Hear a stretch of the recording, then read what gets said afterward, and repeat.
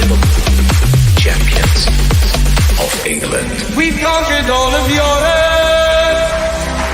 We're never gonna stop.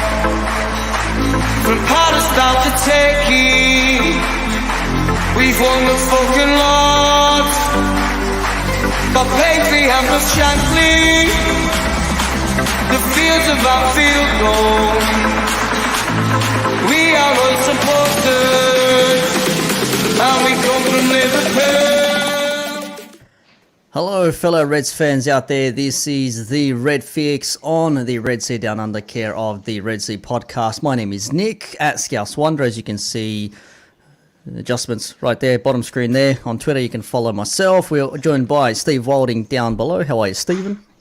I'm good, mate. Good to get back on after my little brain fart on Monday and missing out on the match debate because I'm not used to daylight saving not existing here, but it does for you two. So good to get on your guys' show. I was about to say time is but a construct in your mind.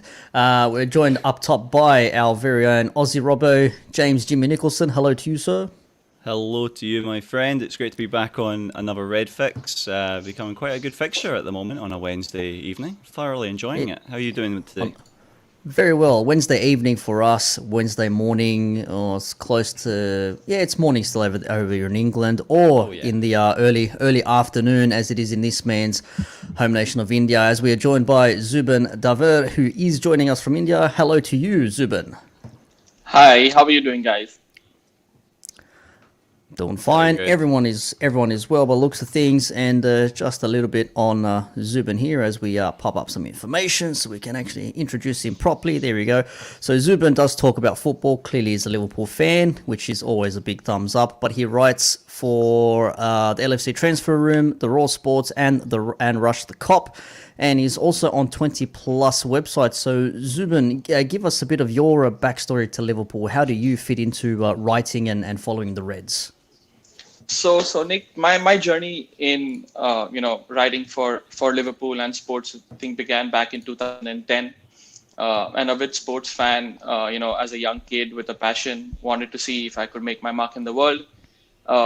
So I actually do work in a digital marketing agency by day, and then towards the evenings every day I spend some time, covering Liverpool and a few other sports, and I'm on the chart on the path to make my passion my job. So I've kind of started out, with the hope that I can connect with fellow fans and then just get my word out there. No, very good. Sounds good. We all start somehow following Liverpool. It just so happens you're in that digital space, which all works well for you. So what you do during the day also incorporates into the Liverpool thing. So it all works well for you. And straight away, just a few shout outs. We've got Chris Welch joining us. Good morning to you, sir. And our very own Peter, the coach Kafinas, asks, when did the guy on the bottom left get a haircut? Oh, I had to get rid of the ginger locks. I was expecting Jerry Halliwell on tonight. I'm so disappointed. Well, maybe I was going to do someone else like Sporty Spice or Scary Spice. Just do one at a time. Zubin's sitting there wondering, what happened was we said if we get to a certain amount of subscribers between a certain day, Steve would have to wear a wig, and he actually went up a couple of levels and actually dressed up as a Ginger Spice from the Spice Girls. So fair play to Steve there. And I looked beautiful. And also got a shout out going out to James, Tiago's father. Hello to you. Good morning to you, sir. Joining in on the chats, and we're going to get right into it now. As the thumbnail states, second in the Premier League after 7 games. Zubin seems to have some connection dramas. Wait for him to come back. Here he's back again. Yeah. Here we go. No, all good. We got him back. So I'm going to ask Zubin first because he's the guest. He gets first preference on answering all of our questions thus far anyways. Zubin, tell us, we're second after 7 games in the league. I don't think we can probably complain too much. I know a couple of results haven't really gone our way. We've had 4 wins, 3 draws, still no losses, which is always a good thing to be undefeated. But where do you think how have we fared thus far 7 games in this particular league with the likes of Chelsea and City and somewhat resurgence, used inverted commas, Manchester United thereabouts as well? So if I can probably be a little critical of the way things have probably, gone ahead for us. we can't complain that we're second. Though, given that I am one of those who believe that we have a good shout to win the league. One of the few fans who believe that, yes, I know there are squad depth issues. There are probably issues where, we won't be able to rotate as much as probably a Chelsea or a Manchester City could. But if I have to look at things the way they are, I would believe that, yes, 4 wins is good. Out of the 3 draws, the 3-3 against Brentford, they played exceptionally well. They deserved everything out of that game. But I do feel that we should have been better to probably, take the win over there. And I also do believe that the 2-2 draw against City after taking the lead twice at home against City at Anfield is probably somewhere I do believe that we did end up losing 3 points over there, or losing 2 points, sorry, over there. So I'm not going to be, is it going to probably deter me from believing that we're going to be right up there at the top? The answer is no. But would I have liked us to probably, at least beat City to kind of, stamp our authority over there? It would have been something that would have made me a little happier as a fan as well. Fair enough. I mean, can't really be too critical, I suppose. Steve, I'll go to you next on that one. Do you agree? We had the discussion on Monday on the match debate on that City game. For me personally, it was a point gained as opposed to lost, based on how that first half went, and that second half was just, it was like, again, watching Liverpool of old score and then concede almost straight after. But what was your take? Where do you see us at the moment, 7 games in? Relatively happy. When you look across the 7 games, the one for me that is a little bit frustrating is the Brentford game. Obviously, drawing that 3-3 from the position we were in. And yes, you've got to give Brentford credit, and it was a brilliant game to watch. But we created our own issues there, and that should have been a game we won. So that's the frustrating one. And I think this is something Pete mentioned before, that you look at that Brentford draw and then you think, well, we've got City next and we have to do it. The Chelsea draw itself, we addressed that earlier.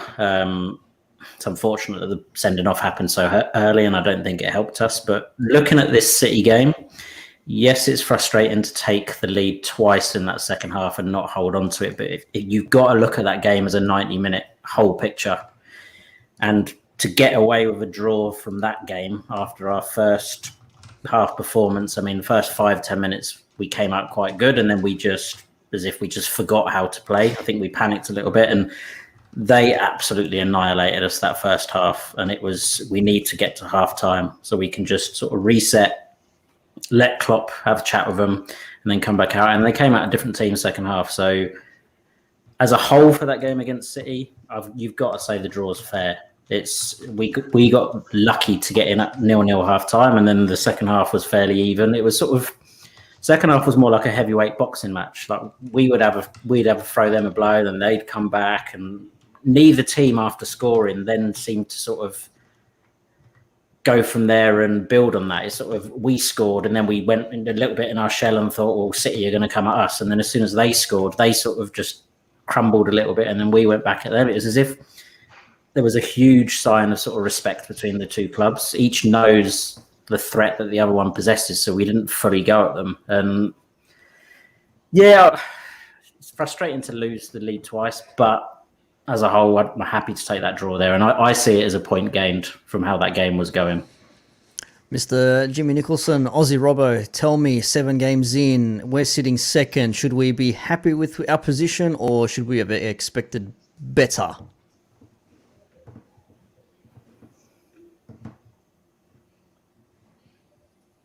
It's a funny one, isn't it? Oh, had to unmute you there, mate. You muted yourself. Had to unmute you. Yeah, caught myself out there. That's all right. It's a funny one because you can look at it from two sides. You know, I feel the position that we're in currently is a good one. I'm happy with where we're at in terms of we've now got to the international break. We're second in the league. We're only 1 point behind Chelsea, who, whilst they are a good side, I can't see them being being able to last the distance. I think that's where they're really going to struggle when we do start to get to the heavy point of the season. The concern that I have, though, is if you look at our last 5-6 games between all competitions, we've had some really strong wins, some really good performances. We look at Porto, really happy with that one. We look at Crystal Palace, who were really good against us, but we showed that we have that quality to overcome that. And then our second string side getting a solid win at Norwich City in the Cup as well. Great results, happy days, a lot of confidence around that. The concern is, though, in those games where we have conceded those goals. The majority of the goals that we have conceded, when you look at Milan, when you look at Manchester City on the weekend that's just passed, when you look at Brentford, even the goal that we conceded against Porto, actually, they weren't goals, or the majority of those goals weren't goals conceded because of some quality play by the opposition. They were goals that were conceded because we have made the mistake, or we haven't tracked back, or we've had a lapse in concentration and we've given them the opportunity. And every opportunity that we've given, they've scored. That's where my concern is. So the overall picture of where we stand currently, I'm happy in terms of the league table and everything like that. I'm concerned about how we've got to this point, though, and where we're performing in certain areas. I think that's where we need to address certain things. Coming up into what is next after the international break, though, that's 4 tough away games. Even if you look at the EFL Cup, because you're still probably expecting Klopp to play a second string side, bring some of the youngsters in. That's probably not the biggest concern. Obviously, we've got Watford, Atletico Madrid, and it's Manchester United as well, I believe. Those defensive frailties that we've shown, those are the things we need to fix up quick, smart when we go to those grounds, or else we're going to get punished again. Well, speaking of being punished and conceding goals, I agree. I think our defence hasn't been what we probably expected to be. I know people argue Van Dijk's still not fully fit, even though he's been back for a couple of months now. You can still see there are some moments during games where you're like, oh, he's second-guessing himself here and there, but that'll probably improve on matches played. Matip has looked good, even though he's not happy with his sprinting speed. He thinks it's much faster than 55, as what FIFA reckons. But you mentioned something interesting there, like the way we've conceded goals, and I'll go at these two being our faults at the moment. Now, Zubin, we know our midfield is a bit of an issue at the moment. Obviously, with Elliott having that bad injury, Wijnaldum left. We thought, okay, cool, Elliott's going to step up. Curtis Jones has stepped up, thankfully. Shaqiri left. But we still have midfielders there, but maybe they just can't fit that or do the job that we need them to do in certain times. Our defence seems to be okay. We're stacked with centre-backs, but now we've noticed that our right-back is a bit of an issue as well now. So do you see any faults within this squad at the moment? So if you ask me that, Nick, I do believe that the squad depth is there, if you ask me. And I've always believed that throughout, that, there were a lot of people who believe that we did not capitalize in the market and we should have probably picked up a couple of, replaced Gini Wijnaldum. Everyone believed that, we made the same mistake with, not replacing Lovren. We repeated that mistake this season as well. I do personally believe that, with Thiago being a little injury prone, we've seen him, he's missed out quite a few games as well. I think Harvey is going to miss the better half of this season as well. There seems to be an issue, but I do believe that Klopp has rotated much more than what we've seen him do in the past. He has shown a little more, belief in starting Tsimikas in a few games. He has looked at probably, giving, Gordon a run in the cup games. We've seen Curtis Jones get a run. Not a lot of us would have expected Harvey Elliott to start all 3 games before he got that horrible injury as well.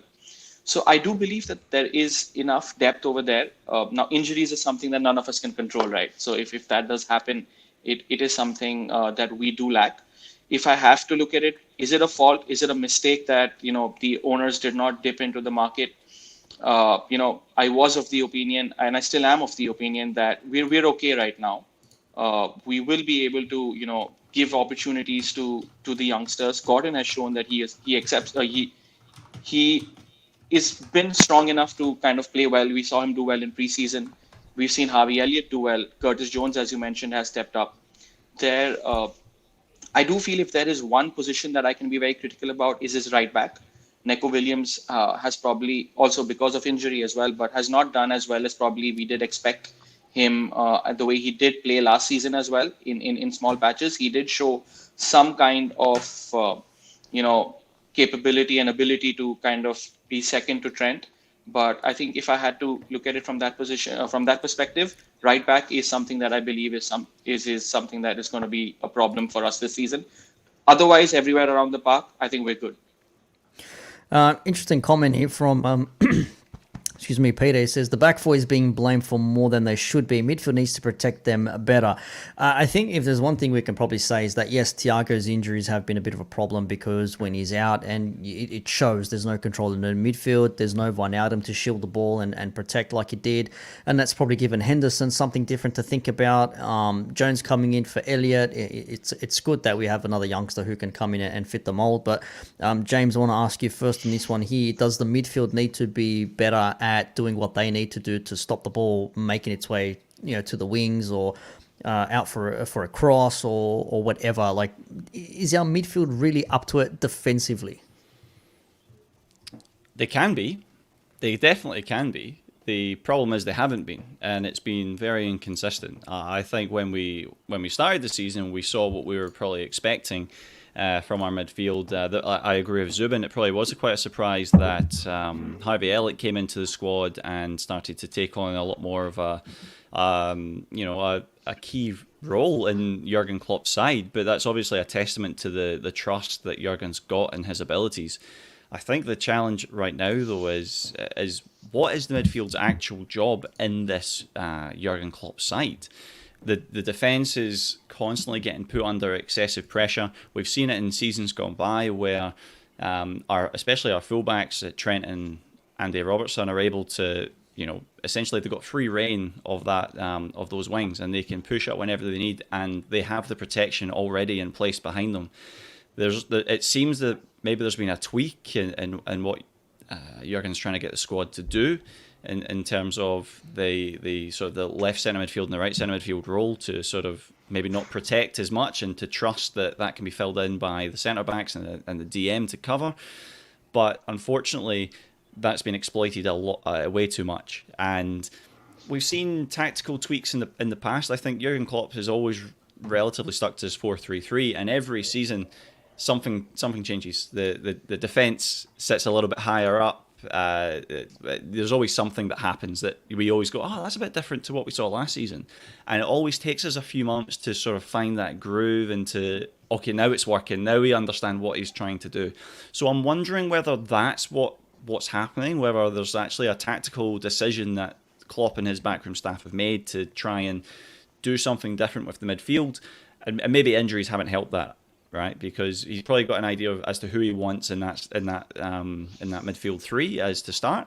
But then when you get 1 injury, 2 injury, 3 injury, whether that's Naby Keita getting a paper cut, or Harvey Elliott getting the injury that he got, or Thiago ending up in crutches at the zoo, these things happen, right? It's just part and parcel of football. But maybe it's just a case of it's nearly working, but it's just not yet. So I'm wondering whether that's what he's trying. So we'll wait and see what comes next. Steve, Jimmy brings up a good point there. Like, Klopp's trying different things. He's trying to make do and maybe try and rejig a few things here and there. But do you think that maybe this might be a time where he needs to go back to basics and be the Liverpool of old, be the 4-3-3, do the gegenpress, press high, steal the ball as quickly as you can, and then recycle? Because we've seen it with some games, but I don't know. Sometimes it feels like something's just rushed, but we got used to playing a certain way with certain players. Now they're gone. Wijnaldum's gone. Firmino's been in and out of the squad. Jota's come in. He's trying to adapt and trying to find his position as well. Mane sort of had his ups and downs. The only person that seems to be performing at the moment is Mo Salah, and we'll talk about him soon. But does Klopp need to go maybe back to basics? Possibly, yeah. I mean, it's an interesting thing that James just mentioned there about sort of each year on year, there's like an involvement in our systems and the way we play and the lineup. And I've never really considered that this season, but now James has said it, I think it's very relevant. Like you said, personnel has changed. We've lost Gini Wijnaldum, who was the ever-present every season. We knew what we were getting for him. He did the dirty work. He never got praise for what he did, but if you watched games and just watched him, you appreciated the work he did. Now he's gone. We haven't got anyone who does that role that Gini used to do. There isn't a like-for-like replacement in our squad. So, yeah, maybe Klopp is trying to evolve the midfield and saying, right, how do we play with Gini missing? And we are looking like we're going more attacking this season. So you've got Harvey Elliott going in. You've got Curtis Jones coming in as a replacement.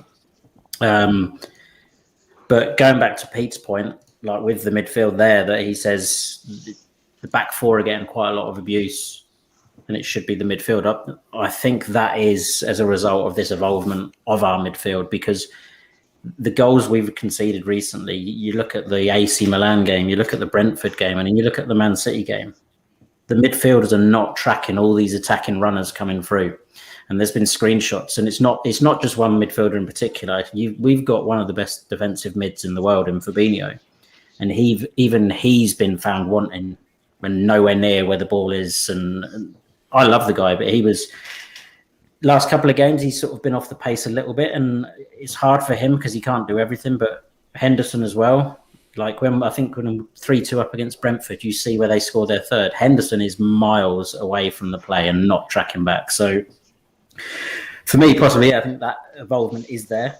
And hopefully, like James says, it's something that as the season progresses, that we're going to see our team adapt to it. I think with the City game in question, I think we massively missed the likes of Thiago in there. Someone that could just give the ball, someone that can just slow it down when he needs to, or just pick that quick pass. We just had no one that was taking control in that midfield. And that game was always going to be lost or even drawn. The battle was in the midfield, and we 100% lost that battle there. And yes, it's unfortunate Thiago was injured. We had Grassfoot himself, Naby Keita on the bench, but he wasn't trusted in that game. And Curtis Jones, I felt sorry for at stages. But I think attacking-wise, we're looking decent. It is interesting that we're playing Jota more because Firmino's had those injuries and stuff, and that has an impact on us defensively as well, because he does when he's playing, he's coming deep, he's doing dirty work. Jota, as good as he isn't going to put in the same shift that Firmino does. So you lose Firmino from that front three doing that work, and then you lose Ginny from behind him. That's a big change through the middle, which is going to take a lot of getting used to in terms of defensive-wise, but there are no issues in terms of going forward. I mean, the chances we're creating, the goals we're scoring, we just need to shore it up in the middle and get that solidity back a little bit. That makes sense. And a quick shout out going out to Jericho, of course, who messaged earlier on in the chat, and also the Football Terrace. Morning all, keep up the great work. Thank you, TFT. Appreciate that very much.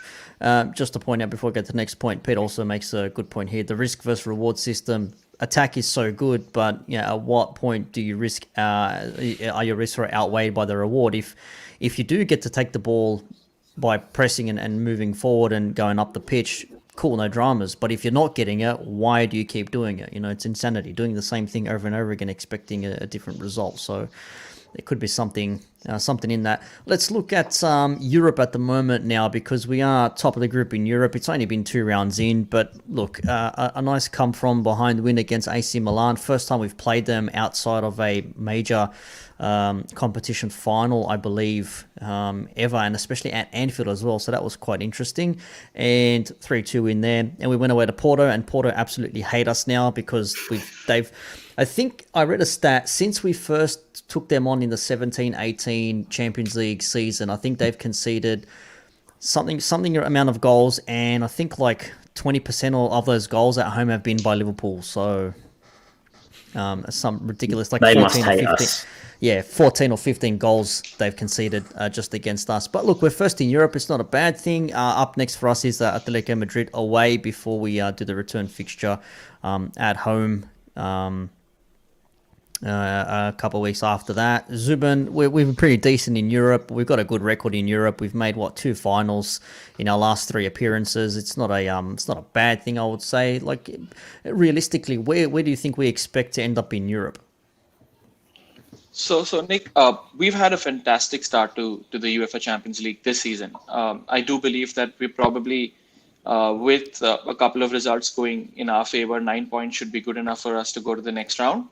I do believe if we beat Atletico, we should be able to be comfortable and probably rotate the squad, But if I have to look at it from depth in terms of how far will we go, my heart as a fan says that we need to make the final once again. But if I can be a little more realistic, I think we should expect to reach the semifinals. I know I may not, a lot of fans may not be agreeing with me and probably believe that I'm too critical. But there are some teams, I know PSG is one team that we cannot ignore. I think once they start playing together over a few months, I think that squad has enough talent to take them finally, go past where they did last season.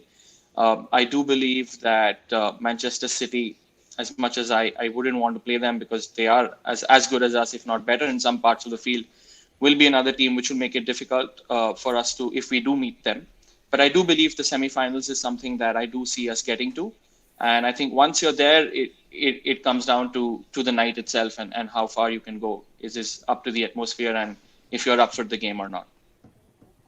Makes sense. Just quickly read out a couple of comments here. Jericho says, Klopp would love to play his old way. Unfortunately, this is our reality with an aging, injury-prone midfield, hence why we need to refresh the squad in the summer. I want to get into some transfers because Zubin does do a lot of that when he does his transfer talks in regards to Liverpool FC, but also just quickly here as well, another question I want to get Jimmy and Steve's thoughts on a couple of questions here, but apparently Mane Tsimikas possibly missing the Atletico match, so hopefully Zubin can clear that up for us. Not just yet, we'll come back to this one in a second here.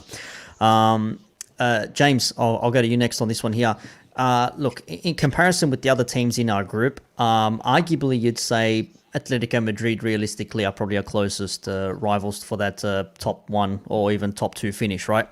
We know how they played against us when we were last in there last season, and how they was last season before. I can't even remember now. Last 2 years have been a blur. Yeah, the last 2 years have been a blur.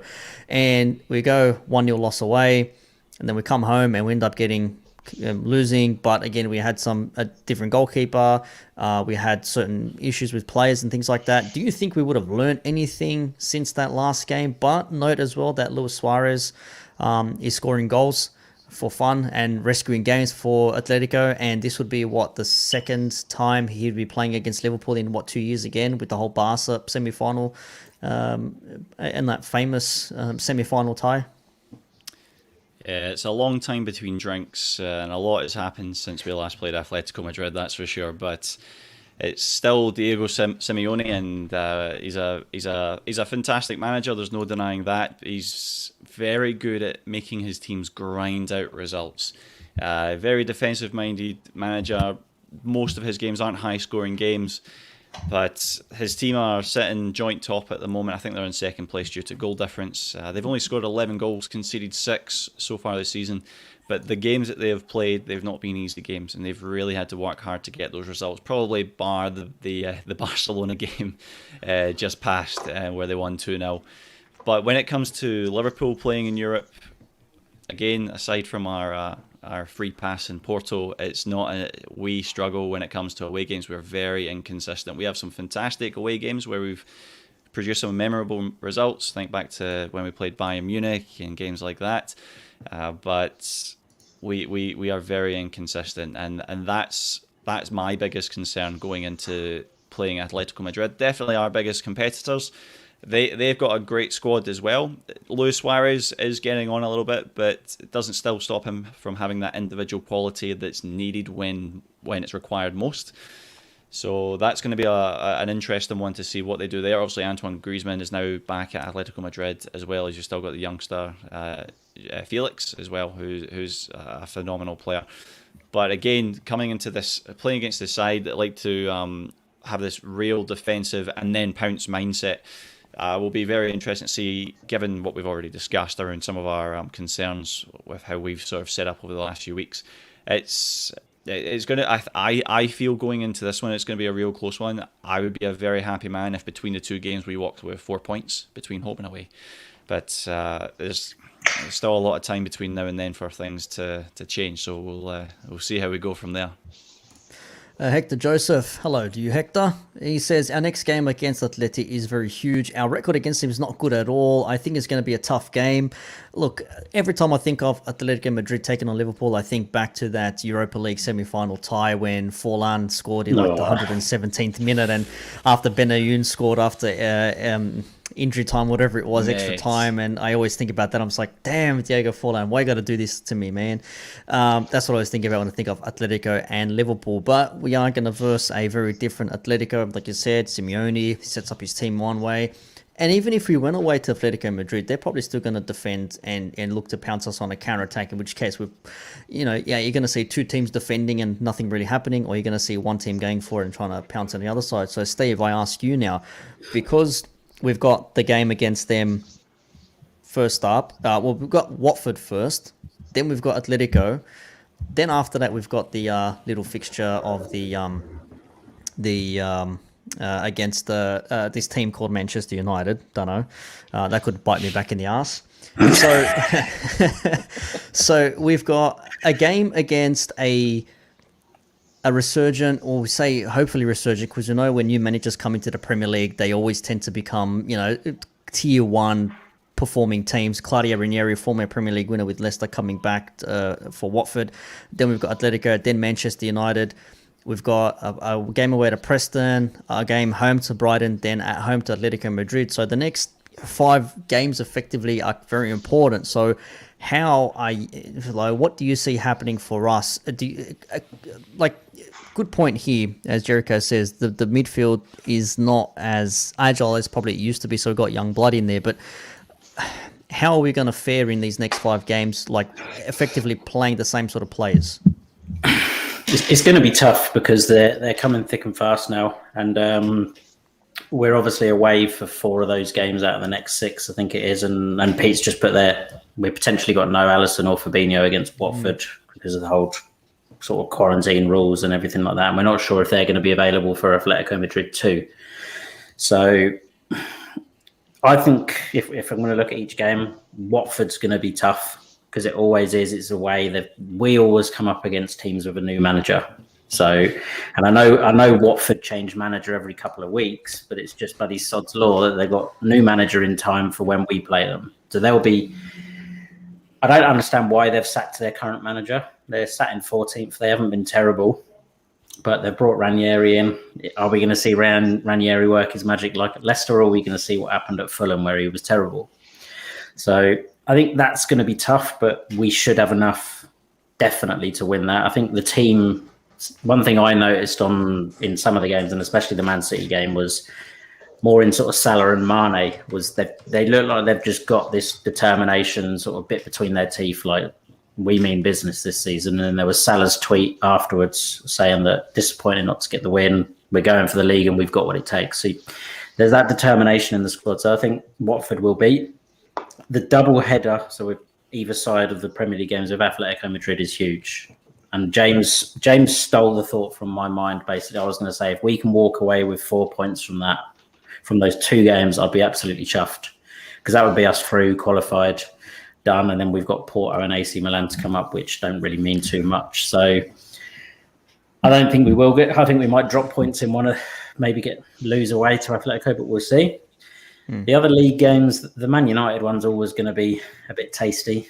It's at Old Trafford, isn't it? And then they seem to think that they've got some divine right to challenge for the league this year, because they signed a 36-year-old who has his own pictures on his shin pads. But again, we should have enough there. We went to Old Trafford last year, and even during our rough patch, we still dominated them and we played well. And I think we've got enough there. And hopefully Thiago's back. Naby Keita hasn't picked up any more injuries, so we can rotate that midfield a bit. Brighton, you'd expect us to win. They always cause us problems under Potter, but I still think we got enough to beat there. And then that's the main fixtures out, isn't it? And then go from there. But no, league-wise, I think I'd expect us to beat Watford and Brighton. A draw at Old Trafford wouldn't be the end of the world, but you want to sort of get rid of too many. We don't want too many draws throughout the season. We've already picked up 3. But if you were to say we take 7 points from those 3 league fixtures and 4 from the Champions League, I'd accept that. I'd be happy. It's just interesting here with the United front there. They've got an away game to Leicester, then they've got a home game to Atalanta in the Champions League, then they've got us, then they've got Tottenham, then they got the return away to Atalanta, then they got Manchester City. So you their can take fixtures a pick are horrible. Out of, yeah, just you can take a pick from there. You can take a pick out of which team they want to focus on, because after that, then they've got Watford, then they're away to Villarreal, then they're away to Chelsea, then they're at home to Arsenal, and that's all the way through till the end of November. So November for them, Wow. October, November for them is absolute dog shit, and they are really going to be tested, I think. But you can catch me talking about Manchester United and Liverpool next week. I think it's on the 16th of October on the It's a Football Thing pod, plug. Obviously, everything will be posted on the socials in advance when that happens. But Zubin, is perfect opportunity now to come to you with some questions here on transfers and the whole international thing, because that is sort of like what is going to concern us in certain ways here. As we said just before, Peter says no Ali or Fabinho versus Watford. I'm guessing that's an international situation there because of what do you call it? Red zones. Quarantine and all that sort of stuff. Yep. Yeah. And another one here from Hector Joseph. He says, we're trying not to admit that we have a little midfield crisis. That's not good at all, granted. But it says, imagine going to Watford without Fabinho, Keita, Thiago, Firmino and Alisson. I don't trust Chamberlain. So this is how this ties in here with this whole international thing happening here. It's good to have international players, but in this particular instance, it's a bit of a pain because they're going away to play international for their duty, for their nations, and they've got to do their duty, whatever. And then they come back, then they're missing for a couple of weeks. And these are big games for us. So what is the deal when it comes to players going away and coming back and all that sort of stuff? Yeah, so right now, if I can be honest, there is still some kind of lack of clarity exactly as to what each country has their own quarantine rules. But what I do foresee happening is there could be a chance. So it's pretty much confirmed that Alisson and Fabinho are going to miss the Watford game. There is a chance that probably Costas and Sadio Mane may end up missing that game too, because I feel personally, given the quarantine rules that have been set by England as well as by Spain, given that game is away, we could probably see Alisson, Fabinho, Tsimikas and Mane all miss the Watford game and all go directly to Spain. So that gives them a 3 or 4 day head start in terms of quarantine days, which could probably see Costas and Mane have an outside chance of featuring for that game. So that because given that there are different red zones for different countries, right? So there could be an outside chance that we would be a very light squad when we take on Watford, so that some of the big names could be present for the game directly against Atletico. So in saying that then, yeah, some of the players that are going to be missing then in that case, like, do we really see some of these other guys stepping up and maybe taking a claim to a position on the pitch? Because if we have no Fabinho, no Thiago, if he's still going to be injured, they said he was going to be back after the international break. If he doesn't go away and he doesn't play because he's still injured and he just comes back into the squad, you may see him feature against Watford, let's say. If not, he'll go to Spain and feature in that Atletico Madrid game. But like, as we said, like midfield, some would say is a bit of a crisis. Some would say we've got players, but are they the players we need to have in these positions here? So if these key players are missing, especially in the game against Watford, which arguably we should have won, or rather we should win, not should have won. I'm speaking in like I know the future, that we should win. But again, against a new manager, new team bounce, all that sort of stuff here, is our midfield cut out to be taken over from players who can't feature? So if you ask me that, I do believe that we will see a lot of midfield rotation. I think we'd be forced to do that. We could probably see Oxlade-Chamberlain get her start in the game against Watford. A lot of us fans do not really rate him as highly. Unfortunately, injuries have been something which has subdued his entire career. However, we could see Taki Minamino get a few a chance to come in as well. So I would see Curtis Jones, who will probably get a shout as well. So if, as you mentioned previously, Thiago may be fit by then as well. Now, whether fit enough to start or fit to probably come off the bench is something that only time will tell. But I can expect us to have Oxlade starting that game, probably Curtis starting that game as well. And, we'll have to see it from there. It is definitely very tricky. Rules are changing probably every second day. Exceptions have been made for professional footballers. Exceptions have been made for people who are, completely vaccinated as well.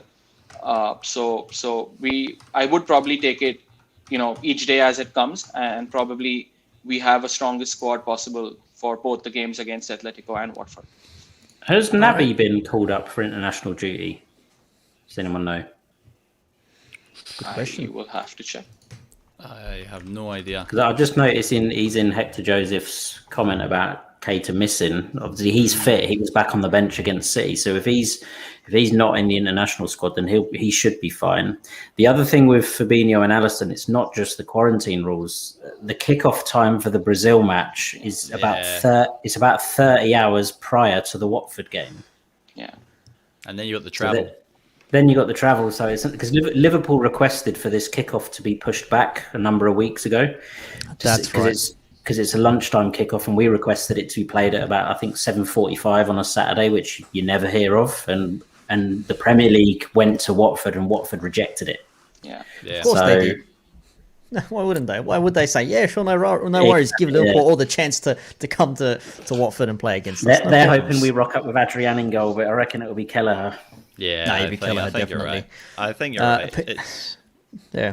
sorry, Jimmy, Taki, Jota, Salah, Thiago, Curtis, Milner, Trent, VVD, Konate, Robbo versus Watford. Is that what we're going to look at? Obviously with Kelleher in goal. So it's almost like a very much changed cup team, really, if you think about it.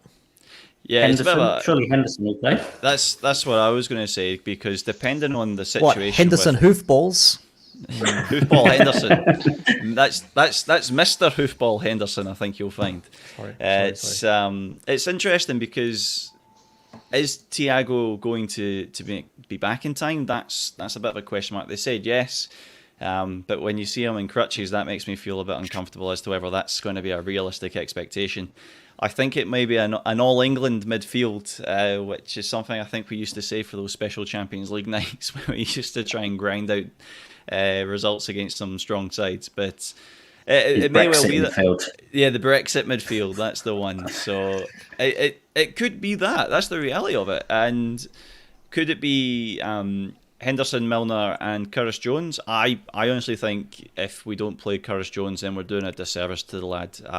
It was quite quiet at the start of the Manchester City game, but he really came into the game as the game went on, which was good to see. It's quite a, I would say personally for Curtis Jones, I think it's a bit of a challenge to expect him to.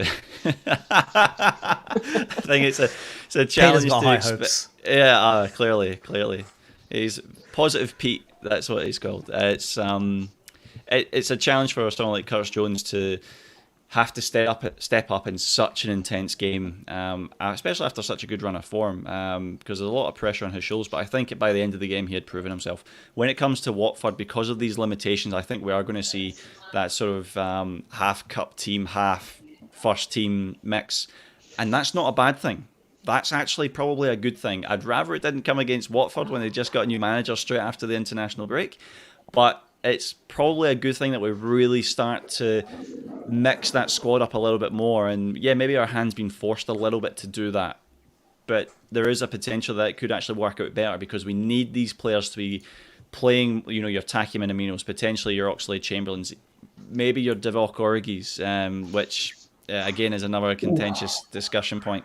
But maybe we need these guys to be getting a bit more minutes and gelling a little bit more in this formation with those regular players, because it is going to get to a point where other injuries are going to rack up, suspensions are going to come into play, players are going to need to be rotated because we're playing 2-3 games a week consistently. We're going to need those players to get those minutes and step up. So maybe it's a bit of a baptism of fire, but it might not be a bad thing. No, not at all. Do you like things? Thank you for tuning in. It says Taki to score a hat-trick. If only. I'd love to see Taki score a hat-trick. I'll be having Japanese sushi for dinner that night, and I don't eat sushi, man. So if he does that, I'm eating sushi. Look, they're not going to be easy games. Like 7 games in, as we said at the start, like we're second. And if you look at these sort of like expected points, which is where they say we probably should have been, if I can just bring this up for the moment here, if I can just bring my screen into play, because I love doing share screen because it always makes us feel a bit more interactive with everything. And this is what it states here. It says the expected points based on goals expected. City are meant to be on 17, but they're actually there on the 14. Expected as actual table. So we're pretty much where they're expecting us to hang around. So in fairness, we're probably not too bad and not faring too far off in terms of the goals expected. The Chelsea one there is a bit interesting because they had him there for 12, but they've had a few games blow out there. The question I ask is, I put this out here, is because of Mo Salah, and I did say we're going to talk about him, and let's just appreciate the greatness that is Mo Salah. I know we spoke about him on the match debate the other day. The boys have spoken to him and girls on the other shows on the Red Sea pod. But Zubin, what can you tell us? Is there anything we don't know about Mo Salah that we need to know by now? Well, if they're talking about the contract over there, then in that case... Clever. Yes, let's talk about that elusive contract then for Mo Salah. So I personally feel he is going to sign. They've been in discussion for 3 months now. They've been in discussing whether, there were rumors of him expecting 500K a week. Then there were rumors of him expecting 300K a week. Well, the club has been tight-lipped. We're not too sure about what the wages is going to be like, what the structure is going to be like. See, I understand it. I don't want to criticize the way the club is run, but it's a one-way street, right? Once the club opens up its wage bill and breaks its structure, every second player is going to expect wages of astronomical amounts, So from those perspectives, we don't know exactly what his wage structure is going to be. But Salah has openly mentioned he loves the club, he loves the players, he loves the life that he's kind of gotten to build with his family in the city of Liverpool. So I think it's a matter of time. I think the club may be also withholding the announcement right now to probably, they've done it in the past. So they probably will have the announcement during the January window, the way we saw multiple players signing one after the other in the summer windows as well. So I do believe that he deserves every buck that he asks for. I mean, look at that goal he scored against Manchester City. I think it goes down as probably the best goal he scored for us, if you ask me. I mean, he made the most expensive defense in the world look like a bunch of amateurs, if I can go and say that. Yeah. You definitely can say that. You can say it as much as you want, my friend. And the best part about that, if I can say, is the way Bernardo was left on his bottom, man. I mean, that was brilliant. Man. We say set for hot dogs. Yep. So I think it's a matter of time, but it's going to happen. It's a matter. So Peter reckons an unknown fact is that his chest hair can cure diseases. Is that why haven't we tried it for COVID then? Is that why he shaved his chest to give it out to everyone? That's it. Maybe. Money. Maybe. Clipped his hair as well at one point, didn't he? Shaved his beard last season. Pete's in the know. Yeah. He knows. Pete knows more than he lets off. I was going to ask, you made an interesting point there, Zubin. A lot of people like to criticize FSG because of how they go about their transfer business and all these things, which I understand. Obviously, they're trying to run a business. They have a model that they have to adhere to as well. And it's known that Liverpool don't go out and spend $80 million on a Jordan Sancho. Like, we'll spend $75 million on a Van Dijk, and we waited a year and a half for him, for example. And we'll spend 80 on an Alisson, and then Chelsea will go and spend another $5 million on someone who they're going to have in on their bench. It doesn't make sense. But like you said there, if they say, okay, Salah, how much do you want? Well, Van Dijk just signed a deal not long ago. Henderson just signed not long ago. He's going to say, hey, Gaffer, what's going on? Like, why does he get almost double what I've got now? Like, what's the situation there? So that does open up a bit of a can of worms there, and that could, I'm not saying it will or would, but that could sort of like have a couple of players maybe going back and forth with one another, because we know, not to say Salah's got an ego, but some other players might be moving in that direction, if that makes sense. But realistically, the way I look at it is, we should give Salah whatever he wants. There's James Pearce has been saying, I think it's between 300 and 380,000 that he wants. And if he wants that, give him it. There is no player in the world on his form anywhere. And the thing is, there's been this thing that's raised about, is it going to throw up disharmony in the squad? Is it going to break our wage structure? There is no one in that changing room who would look around and say, I'm playing at the same level as Mo Salah at the minute. There is no one that can say it. Yeah, based on merit, no chance. No chance based on merit, no way. As good as Van Dijk is, and he was such an important cog in our machine and the changes he made, generally, attacking players and forwards always get paid more. They demand the higher transfer fees. They demand the higher wages. He needs to be realistic. He signed his deal. he probably knew Mo Salah was going to go in there and get a higher package. So for me, I don't think it does cause too much disharmony in the changing rooms, because no one could look Mo Salah in the eye and say, why aren't I getting paid as much as you? Because he is, without a doubt. This was a bit of a debate in previous times amongst us about the MVP, and Pete got involved in it quite a lot. And I always used to say, yeah, Van Dijk's probably the MVP, but Mo Salah's now just shot forward on that MVP list. Oh, they say like goals win your games, defense win your championships. So it's 6 of one, half a dozen of the other. But you can't win anything without goals. I know exactly. That's why I say it's pretty much the same thing. It's like, okay, what's more important, winning the game or not losing the game? It's like, well, Pete's got an interesting point here. He says he can't take corners like Tsimikas though. No, but he can take free kicks just like David Beckham. Yeah, I'm sure he can. I'm sure he can. Definitely sure he can.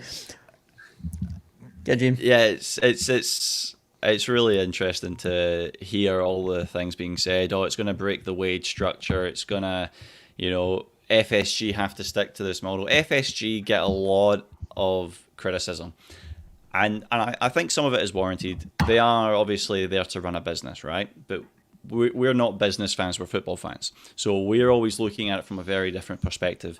And where credit is due, FSG have done the right thing. You look at where our club was 10 years ago, I don't think we're in a position to be criticising them as much as what some people do. I think there's a lot of keyboard warriors out there who have unfortunately got very sad lives and nothing better to do, but that's okay. That's a different discussion. The reality is, I agree with Zubin and Steve, that pay the man whatever he wants, right? Pete actually raised a really good point on our pod the other day, is if someone complains and says, I should be getting the same amount as Mo Salah, that's fine. Once you break every single record that he's already broken, then definitely we'll be more than happy to discuss, but you have to do that first. There's no one who can walk into this club, or no one who's currently at this club, who can demand that kind of money that man deserves. So I also feel, my other thought is, I think the club is waiting for a bad result. And as soon as we get the bad result, they're going to go, oh, by the way, Mo Salah just signed a contract. There you go. What do you think of that? So what you're saying is, when we get beaten by United, it's like, yeah, but Mo Salah signed a contract. Yeah, but we're now spending 400 grand on Salah. What's the problem? Everything worked out great. Everything worked out 100%. No, I think Zubin's got the right idea that they're going to announce it in January, because everybody will want a sign-in. And then they'll be like, here's Mo Salah's new contract. What about Pete's comment here? Listen here, Mr. Halliwell. VVD didn't play last season, and what happened? He's back this season, and what's happening? It's Mrs. Halliwell to you, Pete. when you're wearing a dress, there's definitely a Mrs. there, and brushing your hair back, as Nick's just doing. He didn't play last season, and we struggled. But at the same time, Van Dijk did play at the beginning of the season, and we shipped bloody 7 goals against Aston Villa. I mean, I'm not playing down how important Van Dijk is to us, or how important he is to the squad and what he's done. But I just think what Mo Salah is doing now is above and beyond anyone else in that squad.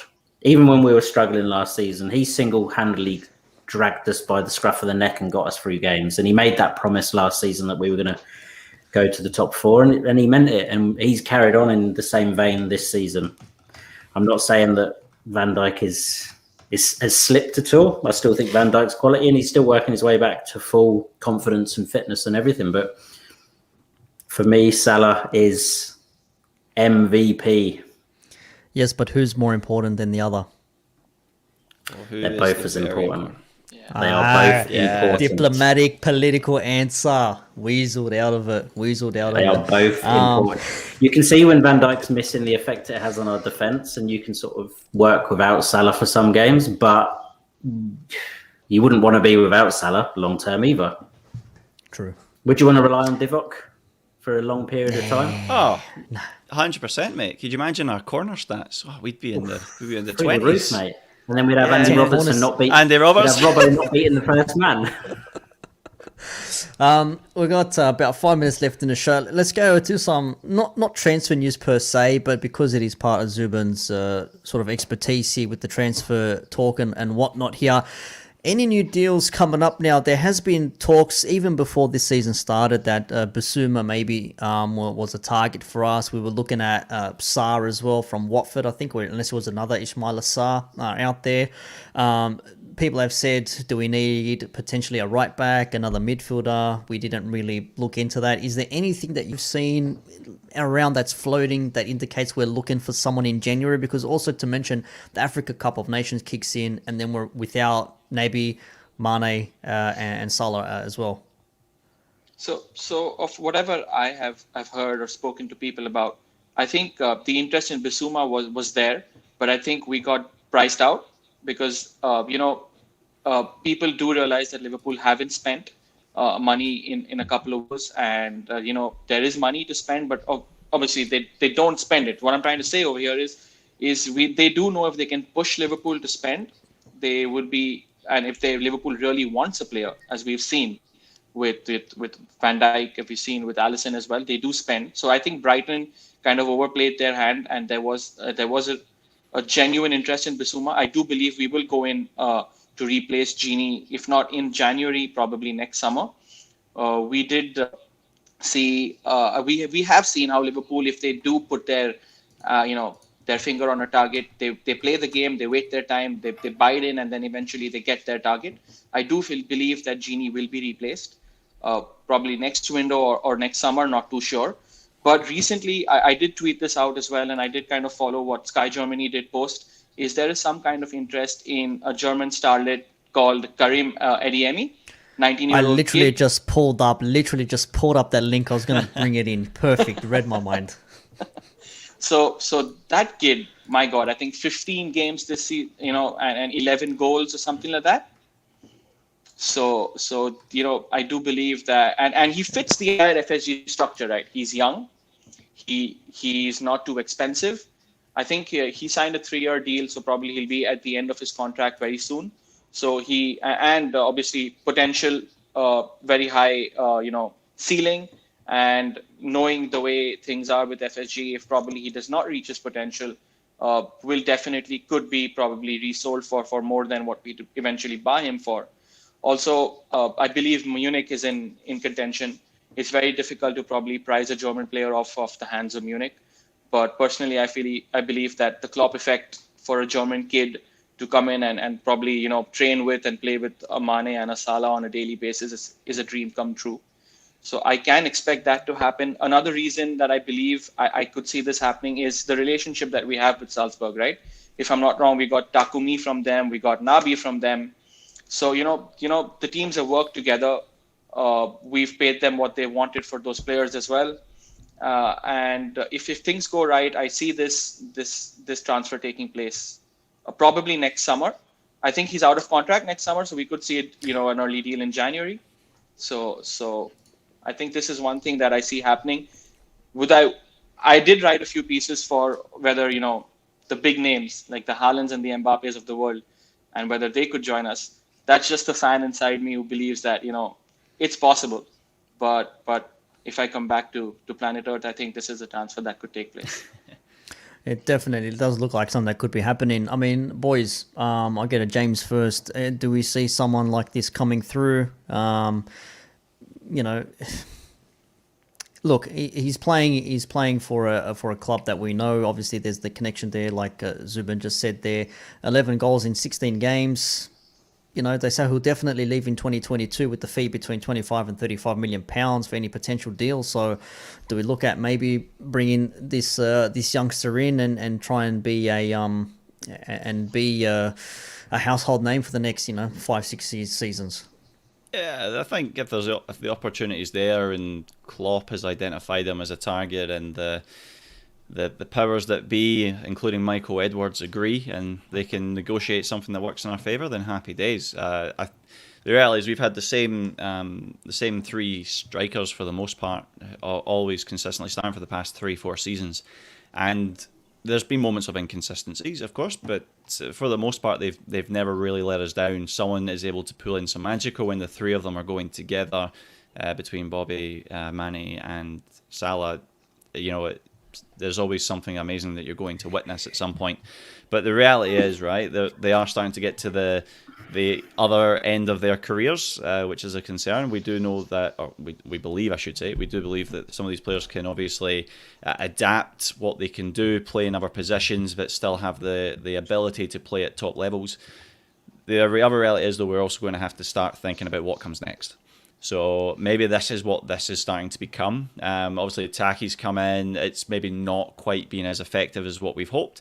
I personally feel he's just not been given the right opportunities yet, because trying to get past those three, I mean, Diogo Jota's done it for a very well, done it very well. He got his opportunity and took it.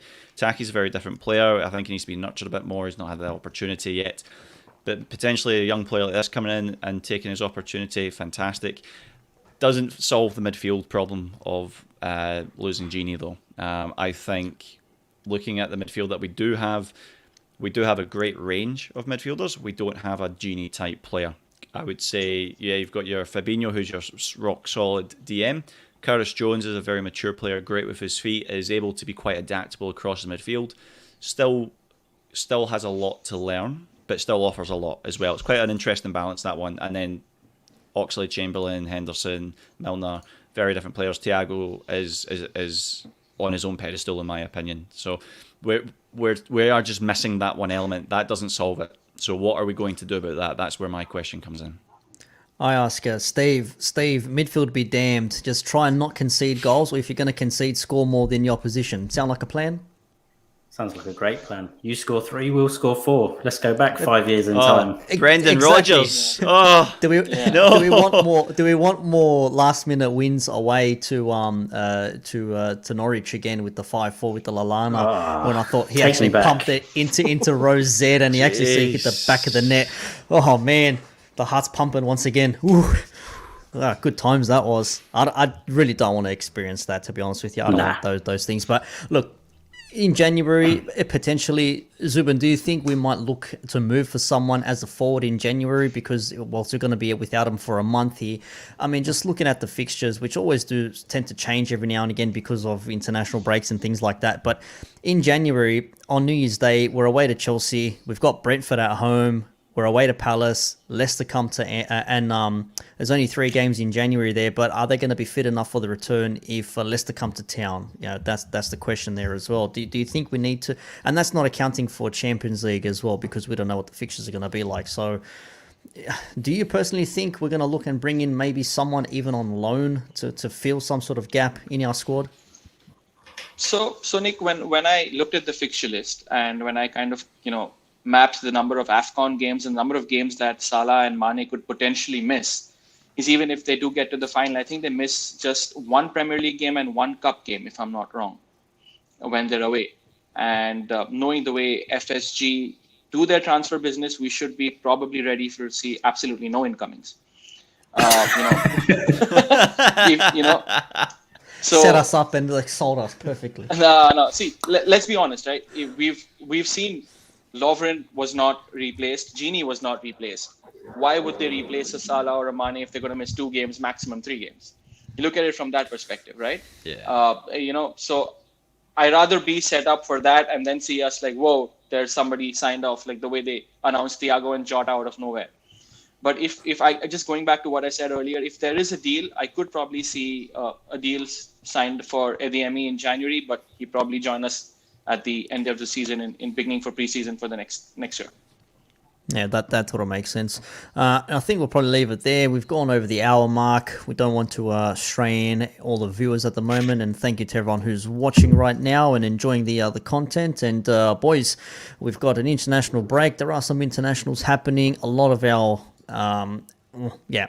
players are playing, obviously, because it's just what we do. So, I mean, we've got Spain in competition. We've got Italy, England, obviously playing. Do you see any of our players absolutely turning it on for their respective nations? Steve, I'll ask you first. To be honest, I couldn't care how they perform for their nations because I've got no interest in international football. I'm just hoping none of them pick up injuries because that's what happens every international break. Yeah. That's the next hurdle we've got, yeah. Jimmy, for you, anything? I mean, we've seen Robbo, who's had a few flat games, he's had a few good games, but does he really need to rekindle that spark that is Andy Robertson? Well, Scotland are facing the mighty Israel for what feels like the 28th time in about 4 years, because we always, I think they're all got their one big WhatsApp group where they all just, you've been called, yeah, okay, I'll see you in a few weeks, no worries, mate. Like, it's just ridiculous. It would be nice to see Andy Robertson put in the same effort for his country as what he does for Liverpool. He can be very inconsistent, which is a little bit frustrating coming from a Scotsman. But I agree with Steve. My biggest thing is they come back injury-free and ready to face what will be a tough Watford side. Yeah, the Watford game, it sort of has me semi-worried, but it doesn't at the same time. But for some reason, I just get flashbacks of that 3-0 that shell-shocked us that season, and Ismail Assar scoring 2 and all that. So that's just me thinking like, ooh, I don't like that at all. But look, there are some good international fixtures coming up. Let's make no mistake about it. There are some good games coming, some good competition to be had. Obviously, we've got, I think it was a couple of good games there. England taking on Andorra. Should be a walk in the park for them. We've also got the likes of, I think I saw it here somewhere. Also some internationals as well. Colombia taking on Brazil. Argentina, Uruguay. That's always a good game. Always fiery between those two. And bloody hell, the great nation of Australia take on Japan. So how good is that on Tuesday? I don't even know what's happening with the Socceroos. Once again, Peter says, top guest Zubin, thank you for joining the boys. We do hope to see you again, 100%. And Hector Joseph as well, thank you. Any program coming up? Look, we still have, I don't know what the match debate's going to be about on Monday. Maybe we'll look into some of the international games, or I don't know, we'll figure something out. The Redfix will be back again on next Wednesday, 8 p.m. Sydney time. And of course, just check the Twitter feeds and also the YouTube page, the Red Sea Pod, and that'll give you all the information needed in terms of content. There are some cracking shows happening this week with some big hitters and some big guests. But we had our very own big guest in Zubin Daver, so thank you very much for joining us once again. And where can people find you and find your work? So they can follow me on Twitter at Zubin Official. And I do write, as I mentioned, for the LFC Transfer Room. I do write for the Rush the Cop. And yep, I am in the works of probably getting up another website of my own. Let's see. Fantastic. All right, good. We like to see a Scouser on the top of their game. Fantastic. And, you know, hopefully after the international break, we beat Watford and we're at the top of our game. So from myself and on behalf of the boys, thank you very much. Once again, thank you to Zubin. And for everyone for watching, I hope everyone has a fantastic rest of the week. And on to the weekend of, yay, international games. So, we'll see what happens there. See you later.